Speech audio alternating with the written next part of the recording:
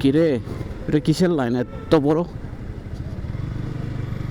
Wow, চট্টগ্রামে gas সংকট বা সারা বাংলাদেশে গ্যাস সংকট দেখা দিয়েছে, সেটার একটা বাস্তব প্রমাণ হচ্ছে এখানে যে লম্বা একটা লাইন যেটা সিআরবিতে ঢুকে গেছে। এই যে পেট্রোল পাম্প থেকে গ্যাস নেওয়ার জন্য সব দাঁড়ায় আছে এখানে। পোলো গ্রাউন্ডের ওই পাশে যে পেট্রোল পাম্পটা আছে, এইটাতে তো না মনে হয়, নাকি আরেকটাতে? ও, এখানেও না, এখানে বাচ্চারা সবাই দাঁড়ায় আছে। ও বাবা, এখানে একটা পেট্রোল পাম্প তো বন্ধ আছে। পেট্রোল পাম্প মানে সিএনজি স্টেশন মনে হয়, সিএনজি ফিলিং স্টেশন।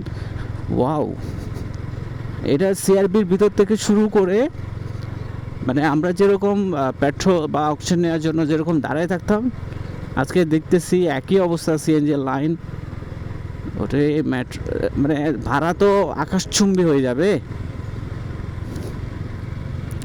এটা কোথায়? এই যে কদমতলী। আমি কোথাও সিআরবির ওখান থেকে শুরু করে এতটুকু পর্যন্ত বাইক চালায় আসছি, তাও মানে গ্যাস পাচ্ছে কিনা সেটাও সন্দেহ। এই যে ফরেস্টার এখান থেকে নেওয়ার জন্য আসছে সবাই। ও বাবা,